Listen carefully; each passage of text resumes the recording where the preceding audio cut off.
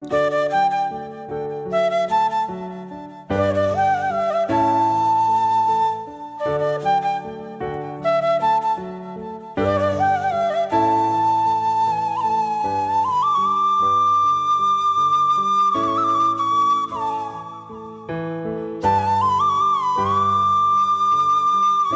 ನಮಸ್ಕಾರ. Welcome back to our YouTube channel Poorna vlogs. ನಾನು ಅಡುಗೆ ಮನೆ ಮೇಕ್ ಓವರ್ ಮಾಡಲಿಕ್ಕೆ ಅಂತ ಹೇಳಿಬಿಟ್ಟು ಕೆಲವೊಂದು ವಸ್ತುಗಳನ್ನ ಶಾಪಿಂಗ್ ಮಾಡಲಿಕ್ಕೆ ಅಂತ ಹೊರಗಡೆ ಹೋಗಿದ್ದೆ. ಹಾಗೆ ವಿಶಾಲ್ ಮಾರ್ಟ್ಗೂ ಕೂಡ ಹೋಗಿದ್ದೆ. ಹಾಗಾಗಿ ಕೆಲವೊಂದೆರಡು ವಸ್ತುಗಳು ಬೇಕಾಗಿತ್ತು. ಅಡುಗೆ ಮನೆಗೆ ಪ್ರಾಪರಾಗಿ ಸೆಟ್ ಆಗೋಂಥ ವಸ್ತುಗಳು ಬೇಕಾಗಿತ್ತು. ಹಾಗಾಗಿ ಅದನ್ನೆಲ್ಲ ಶಾಪಿಂಗ್ ಮಾಡಿಕೊಂಡು ಮನೆಗೆ ಬಂದ್ವಿ. ಅಲ್ಲಿ ವಿಡಿಯೋ ಮಾಡಲಿಕ್ಕೆ ಬಿಡಲಿಲ್ಲ, ಸ್ವಲ್ಪ ಪರ್ಮಿಷನ್ ತೊಗೊಂಡ್ಬಿಟ್ಟು ಮಾಡಿದೆ. ಹಾಗೆ ಇಲ್ಲಿ ನೋಡ್ತಾ ಇದ್ದೀರಲ್ಲ, ಇದು ಬಂದು ಸೆರಾಮಿಕ್ ಜಾಡಿ ಅಂತಲೇ ಹೇಳ್ಬೋದು. ಮೊದಲೆಲ್ಲ ಉಪ್ಪಿನ ಜಾಡಿ, ಉಪ್ಪಿನಕಾಯಿ ಜಾಡಿ ಅಂತ ಹೇಳ್ತಿದ್ರು. ಇವಾಗೆಲ್ಲ ಸೆರಾಮಿಕ್ ಜಾರ್ ಅಂತ ಆಗಿಬಿಟ್ಟಿದೆ. ಹಾಗೆ ಇದ್ರ ಪ್ರೈಸ್ ಬಂದು 350 ಆಯಿತು. ಹಾಗೆ ಮೇಲ್ಗಡೆ ಬಂದು 400 ಹೇಳಿದರು. ಅದು ಬಂದು ಸೇಮ್ 350 ಕೊಟ್ಟು ತೊಗೊಂಬಂದೆ. ಹಾಗೆ ಇದೆಲ್ಲ ನಮ್ಮೂರಲ್ಲಿ ಇಂಡಿಯನ್ ಕ್ರಾಫ್ಟ್ ಮೇಳ ಅಂತ ಬಂದಿದೆ. ಅಲ್ಲಿ ತುಂಬ ಚೀಪ್ ಆ್ಯಂಡ್ ಬೆಸ್ಟಾಗಿ ಸಿಗ್ತಾ ಇದೆ ಅಂತಲೇ ಹೇಳ್ಬೋದು.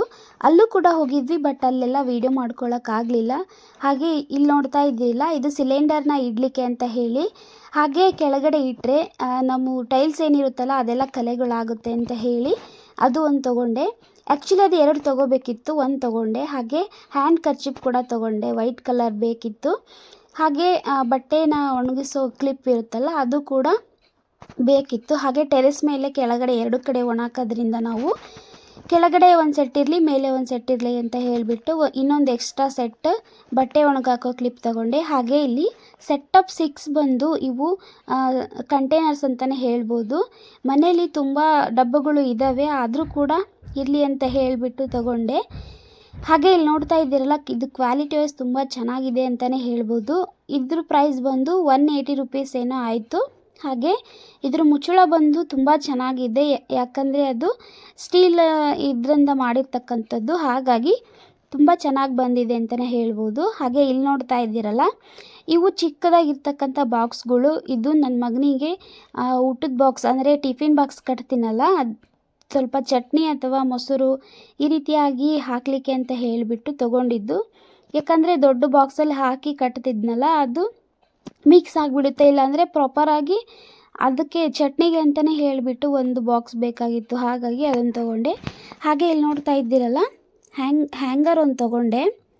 ಯಾಕಂದರೆ ಹ್ಯಾಂಗ್ ಮಾಡಲಿಕ್ಕೆ ಅಂತ ಹೇಳಿಬಿಟ್ಟು ಒಂದು ನೋಡೋಣ, ಇದನ್ನು ಬೆಡ್ರೂಮಲ್ಲಾದರೂ ಯೂಸ್ ಮಾಡ್ಕೋಬೋದು, ಕಿಚನ್ನಲ್ಲಾದರೂ ಯೂಸ್ ಮಾಡ್ಕೋಬೋದು.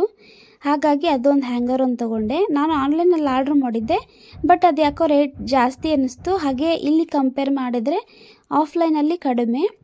ಹಾಗೆ ಒಂದು ನಾವೇನು ಲಟ್ಟಿಸ್ತೀವಲ್ಲ, ಲಟ್ಮಣೆ ಅಂತ ಹೇಳ್ತಾರಲ್ಲ, ಲಟ್ಟಿಸ್ಲಿಕ್ಕೆ, ಚಪಾತಿ ಲಟ್ಟಿಸ್ಲಿಕ್ಕೆ, ಅದು ಒಂದು ತೊಗೊಂಡೆ. ಹಾಗೆ ಇಲ್ಲಿ ನೋಡ್ತಾ ಇದ್ದೀರಲ್ಲ, ಇದು ಟೀ ಮಗ್ ಬಂದು ತುಂಬ ಚೆನ್ನಾಗಿತ್ತು. ಹಾಗೆ ನಂಗೆ ನೋಡಲಿಕ್ಕೆ ಅದು ಮಣ್ಣಿನ ಥರನೇ ಇತ್ತು, ಆದರೆ ಅದು ಬಂದು ಸೆರಾಮಿಕ್ಕಿಂದು ತುಂಬ ಚೆನ್ನಾಗಿತ್ತು ಅಂತ ಹೇಳಿ ಅದು ತೊಗೊಂಡೆ. ಹಾಗೆ ಇಲ್ಲಿ ಮೊನ್ನೆಯಿಂದನೇ ನಾನು ಟಿಫಿನ್ ಬಾಕ್ಸ್ ತೊಗೊಂಬಂದಿದ್ದೆ ನನ್ನ ಮಗನಿಗೆ ಅಂತ ಹೇಳಿ. ಅದು ಬಂದು ಸೆಟಪ್ 3 ಇತ್ತು, ಇದು ಸೆಟಪ್ 2. ಸೆಟಪ್ 3 ಇರೋದ್ರಿಂದ ನಾವೇನಾದರೂ ಪಲಾವ್ ಆ ಥರ ಏನಾದರೂ ಮಾಡಿದಾಗ ಇನ್ನೂ ಒಂದು ಬಾಕ್ಸ್ ಅಂದರೆ 3 ಇತ್ತಲ್ಲ, ಅದರಲ್ಲಿ ಒಂದು ಖಾಲಿಯಾಗಿ ಹಾಗೆ ಇಡಬೇಕಾಗಿತ್ತು. ಹಾಗಾಗಿ ಸೆಟಪ್ 2 ಇದ್ದರೆ ಕರೆಕ್ಟಾಗಿ ಒಂದರಲ್ಲಿ ಮೊಸರು ಬಜ್ಜಿ, ಒಂದರಲ್ಲಿ ಪಲಾವ್ ಹಾಕ್ಬೋದು. ಹಾಗೆ ಕಡಿಮೆ ಕ್ವಾಂಟಿಟಿಯಲ್ಲಿ ಏನಾದರೂ ಮಾಡಿದಾಗ 2 ಬಾಕ್ಸ್ ಸಾಕಾಗುತ್ತೆ, ಅವನಿನ್ನ ಚಿಕ್ಕವನಿರೋದ್ರಿಂದ ಹೇಳಿ 2 ಬಾಕ್ಸ್ ತೊಗೊಂಡೆ. ಹಾಗೆ ಟೀ ಮಗ್ ಒಂದು ತೊಗೊಂಡಿದ್ದೀನಿ.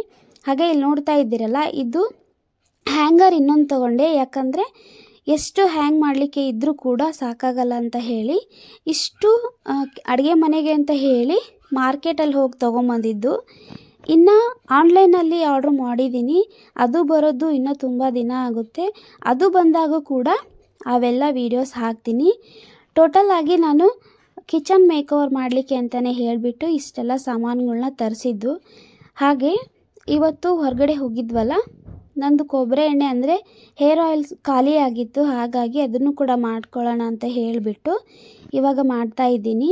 ನಾನು ಪ್ರಾಪರಾಗಿ 15 ಡೇಸ್ ಅಥವಾ 20 ಡೇಸ್ ಆಗುತ್ತೆ, ನಾವೇನು ಅರ್ಧ kg ತೊಗೊಂಬಂದಿರ್ತೀವಿ ಕೊಬ್ಬರಿ ಎಣ್ಣೆ. ಅದರಲ್ಲಿ ನಾನು ನನ್ನ ಮಗ ಇಬ್ಬರೇ ಯೂಸ್ ಮಾಡೋದ್ರಿಂದ ನಮಗೆ ಕರೆಕ್ಟಾಗಿ 15ರಿಂದ 20 ದಿವಸ ಬರುತ್ತೆ. ಹಾಗಾಗಿ ನಾನು ಪ್ರತಿ ಒಂದು 20 ದಿವಸಕ್ಕೊಂದ್ಸಲ ಮಾಡ್ಕೊತೀನಿ.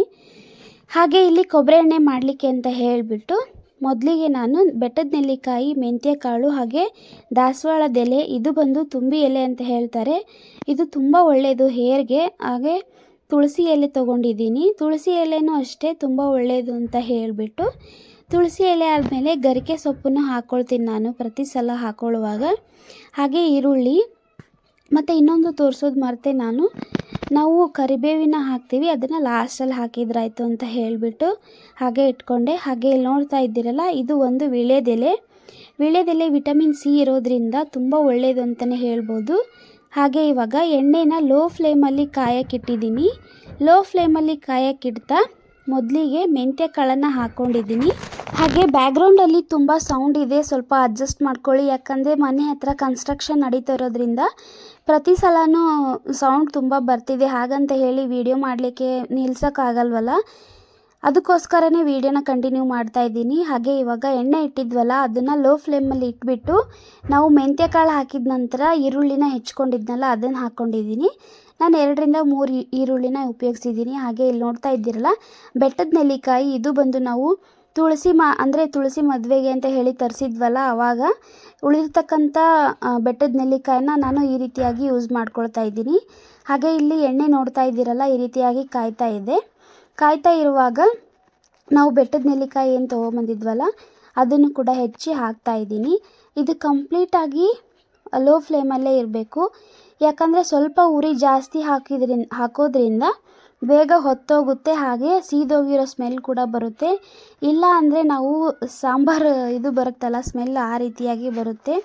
ನೀಟಾಗಿ ಹಾಕೋದ್ರಿಂದ, ಫಾಲೋ ಮಾಡೋದ್ರಿಂದ ತುಂಬ ಚೆನ್ನಾಗಿಯೇ ಎಣ್ಣೆ ಬರುತ್ತೆ ಅಂತಲೇ ಹೇಳ್ಬೋದು. ಈ ರೀತಿಯಾಗಿ ಮಾಡ್ಕೊಳ್ಳೋದ್ರಿಂದ ನನ್ನ ಕೂದಲು ನೋಡಿದ್ದೀರಲ್ಲ ನೀವು ಯಾವ ರೀತಿ ಇದೆ ಅಂತ ಹೇಳಿ, ತುಂಬ ಸಾಫ್ಟ್ ಆ್ಯಂಡ್ ಸಿಲ್ಕಿ ಆಗಿದೆ ನನ್ನ ಹೇರ್ಸ್ ಬಂದು.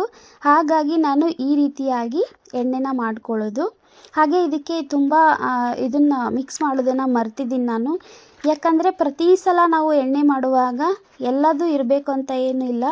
ಮೇಯ್ನಾಗಿ ಈರುಳ್ಳಿ ಮತ್ತು ಮೆಂತ್ಯ ಕಾಳು, ಹಾಗೆ ಕರಿಬೇವಿನ ಸೊಪ್ಪು, ತುಂಬೆ ಸೊಪ್ಪು, ದಾಸವಾಳದ ಎಲೆ, ಈ ರೀತಿಯಾಗಿ ಬೇವಿನ ಸೊಪ್ಪಿನ ಎಲೆ ಈ ರೀತಿಯಾಗಿ ಇದ್ದರೆ ಸಾಕಾಗುತ್ತೆ ಅಂತಲೇ ಹೇಳ್ಬೋದು. ಇವಾಗ ತುಂಬೆ ಎಲೆನ ಹಾಕ್ಕೊಂಡು ಮಿಕ್ಸ್ ಮಾಡ್ಕೊಳ್ತಾ ಇದ್ದೀನಿ. ಇದು ಕಂಪ್ಲೀಟಾಗಿ ಕುದಿಯುತ್ತಲ್ಲ, ಕುದ್ದು ಅದ್ರದ್ದು ರಸ ಎಲ್ಲ ಬಿಟ್ಟು ಕಂಪ್ಲೀಟಾಗಿ ಕುದ್ದ ಮೇಲೇ ನಾವು ಈ ರೀತಿಯಾಗಿ ಹಾಕೋಬೇಕು ಅಂತಲೇ ಹೇಳ್ಬೋದು. ಹಾಗೆ ನಾನಿವತ್ತು ಒಂದು ವರ್ಕ್ ಫ್ರಮ್ ಹೋಮ್ ಬಗ್ಗೆ ತಿಳಿಸ್ಕೊಡ್ತಾ ಇದ್ದೀನಿ. ಯಾಕಪ್ಪ ಅಂದರೆ ಮಹಿಳೆಯರು ಮತ್ತು ಕೆಲಸ ಮಾಡದೇ ಇರ್ತಕ್ಕಂಥ ಹೆಣ್ಮಕ್ಳು ಮನೇಲಿ ಇರ್ತೀವಲ್ಲ, ಫ್ರೀ ಆಗಿರ್ತೀವಿ, ಹಾಗೆ ಏನು ಕೆಲಸ ಇರಲ್ಲ, ನಾವಾದರೂ ಯೂಟ್ಯೂಬ್ ಚಾನಲ್ ಅದಿದ್ದು ವೀಡಿಯೋಸ್ ಎಲ್ಲ ಮಾಡ್ತಾ ಇರ್ತೀವಿ. ಹಾಗೆ ಏನೂ ಮಾಡದೇ ಇರೋರು ಮನೇಲೇ ಇದ್ದು ಟೈಮ್ ಪಾಸ್ ಅದೇ ಅಡುಗೆ ಅದೇ ಕೆಲಸ ಮಾಡಿ ಹಾಗೆ ಟೈಮನ್ನು ವೇಸ್ಟ್ ಮಾಡೋದಕ್ಕಿಂತ ನಮ್ಮದೇ ಆದಂಥ ನಮ್ಮ ಅರ್ನಿಂಗ್ಸ್ನ ಈಸಿಯಾಗಿ ಸ್ಟಾರ್ಟ್ ಮಾಡೋದ್ರಿಂದ ತುಂಬ ಒಳ್ಳೆಯದು ಅಂತಲೇ ಹೇಳ್ಬೋದು.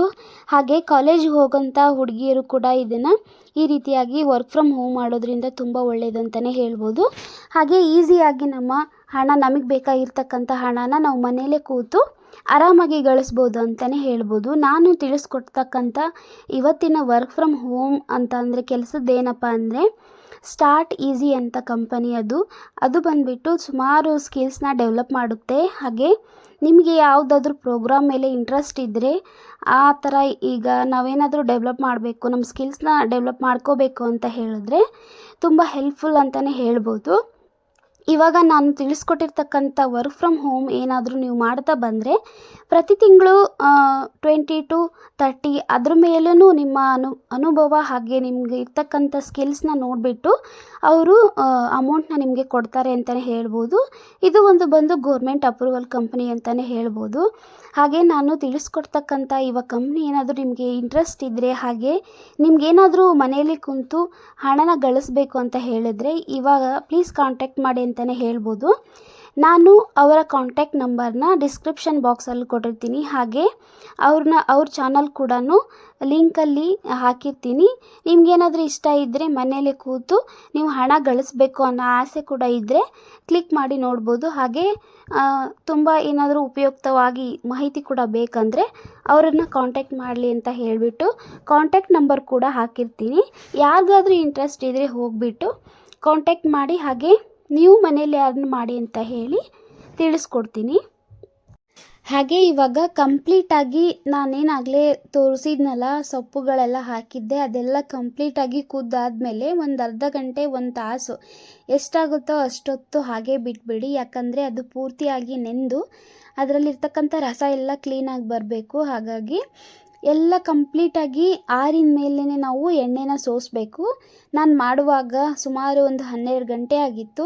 ಇವಾಗ 2-2:30 ಆಗಿತ್ತು. ಅಷ್ಟೊತ್ತಿಗೆ ಊಟ ಎಲ್ಲ ಮುಗಿಸಿದ ನಂತರ ಇವಾಗ ಎಣ್ಣೆನ ಸೋಸ್ಕೊಳ್ತಾ ಇದ್ದೀನಿ. ಈ ರೀತಿಯಾಗಿ ಒಂದು ನಾವೇನು ಸಂಡಿಗೆ ಹಪ್ಪಳ ಕರಿತೀವಲ್ಲ ಆ ಸ್ಪೂನು ಅಥವಾ ಆ ಚಮಚದಿಂದ ಈ ರೀತಿಯಾಗಿ ಪ್ರತಿಯೊಂದು ತೆಗೆದುಬಿಟ್ಟು, ಅಂದರೆ ನಾವು ಸೊಪ್ಪೇನಿರುತ್ತಲ್ಲ ಅದೆಲ್ಲ ತೆಗೆದು ಅದನ್ನು ನೀಟಾಗಿ ಒಂದು ಜಾಡ್ರಿಯಿಂದ ಹಾಕಿಬಿಟ್ಟು ಸೋಸ್ಕೋಬೇಕು. ಹಾಗೆ ಇಲ್ಲಿ ಪಕ್ಕಕ್ಕೆ ನಾವೇನು ಸೊಪ್ಪು ತೆಗೆದಿದ್ವಲ್ಲ ಅದನ್ನೇನಪ್ಪ ಮಾಡ್ತೀನಿ ಅಂದರೆ ಅದನ್ನು ನಾನು ಯಾವತ್ತೂ ಬಿಸಾಕಿಲ್ಲ. ಯಾಕಂದರೆ ಅದರಲ್ಲಿ ಸುಮಾರಷ್ಟು ಎಣ್ಣೆ ಇರುತ್ತೆ. ಯಾಕಂದರೆ ನಾವು ಹಾಗೆ ಬಿಟ್ಟಿರ್ತೀವಲ್ಲ ಅದು ಸೊಪ್ಪಿಗೆ ಹೋಗಿ ನಿಂತ್ಕೊಂಡಿರುತ್ತೆ ಎಣ್ಣೆ. ಅದನ್ನು ಕಂಪ್ಲೀಟಾಗಿ ನಾವು ಹಾಗೆ ಚೆಲ್ಲೋಕ್ಕಾಗಲ್ಲ. ಯಾಕಂದರೆ ಅರ್ಧಕ್ಕರ್ಧ ಎಣ್ಣೆ ಅದರಲ್ಲಿರುತ್ತೆ ಅಂತಲೇ ಹೇಳಿಬಿಟ್ಟು ನಾನು ಒಂದಿನ ಅದರಲ್ಲೇ ಬಿಟ್ಬಿಟ್ಟು ಮರುದಿನ ಏನು ಮಾಡ್ತೀನಿ, ಕೆಳಗಡೆ ಒಂದು ಸ್ವಲ್ಪ ಎಣ್ಣೆ ಬಂದಿರುತ್ತೆ ಅದನ್ನು ಕೂಡ ಯೂಸ್ ಮಾಡಿಕೊಂಡು ನಂತರ ಆ ಸೊಪ್ಪನ್ನು ಮಿಕ್ಸಿ ಮಾಡಿಕೊಂಡು ತಲೆಗೆ ಹಚ್ಕೊಳ್ತೀನಿ. ಈ ರೀತಿಯಾಗಿ ಹಚ್ಕೊಳ್ಳೋದ್ರಿಂದ ಕಂಪ್ಲೀಟಾಗಿ ನಾವೇನು ಹಾಕಿದ್ವಲ್ಲ ಅದರದ್ದು ಪ್ರಾಡಕ್ಟ್ಸ್ ಎಲ್ಲ ನಮಗೆ ಯಾವುದು ಕೂಡ ವೇಸ್ಟ್ ಆಗೋದಿಲ್ಲ. ಯಾವುದು ಕೂಡ ನಮಗೆ ಅಯ್ಯೋ ಚೆಲ್ಬಿಟ್ವಲ್ಲ ಅಂತ ಹೇಳಿಬಿಟ್ಟು ಅನಿಸೋದಿಲ್ಲ. ಹಾಗಾಗಿ ಕಂಪ್ಲೀಟಾಗಿ ಇದನ್ನು ಮಿಕ್ಸಿ ಮಾಡಿಕೊಂಡು ತಲೆಗೆ ಹೇರ್ ಪ್ಯಾಕ್ ರೀತಿಯಾಗಿ ಹಾಕ್ಕೊಂಡು ಸುಮಾರು 1ರಿಂದ 1.5 ತಾಸಷ್ಟು ಬಿಟ್ಬಿಟ್ಟು ತಲೆನ ವಾಶ್ ಮಾಡ್ಕೊಳ್ಳೋದು ಅಂತಲೇ ಹೇಳ್ಬೋದು. ಹಾಗಾಗಿ ನನ್ನ ಹೇರ್ಸ್ ಏನಿದಾವಲ್ಲ, ಅಂದರೆ ನನ್ನ ಕೂದಲು ತುಂಬ ಚೆನ್ನಾಗಿ ಸೊಂಪಾಗಿ ಇದೆ. ಹಾಗೆ ತುಂಬ ದಟ್ಟವಾಗಿ ಕೂಡ ಇದ್ದಾವೆ ಅಂತಲೇ ಹೇಳ್ಬೋದು. ನನಗೆ ಮೊದಲು ತುಂಬ ಉದ್ದವಾಗಿರ್ತಕ್ಕಂಥ ಕೂದಲಿದ್ವು. ಆದರೆ ನಾನು ಮೇಂಟೈನ್ ಮಾಡೋಕ್ಕಾಗಲಿಲ್ಲ ಅಂತ ಹೇಳಿಬಿಟ್ಟು ಫುಲ್ ಹೇರ್ನ ಕಟ್ ಮಾಡಿಸ್ಕೊಂಡಿದ್ದೆ. ಆದರೂ ಕೂಡ ತುಂಬ ಉದ್ದವಾಗಿದ್ದಾವೆ ನನ್ನ ಕೂದಲು ಇವಾಗಲೂ.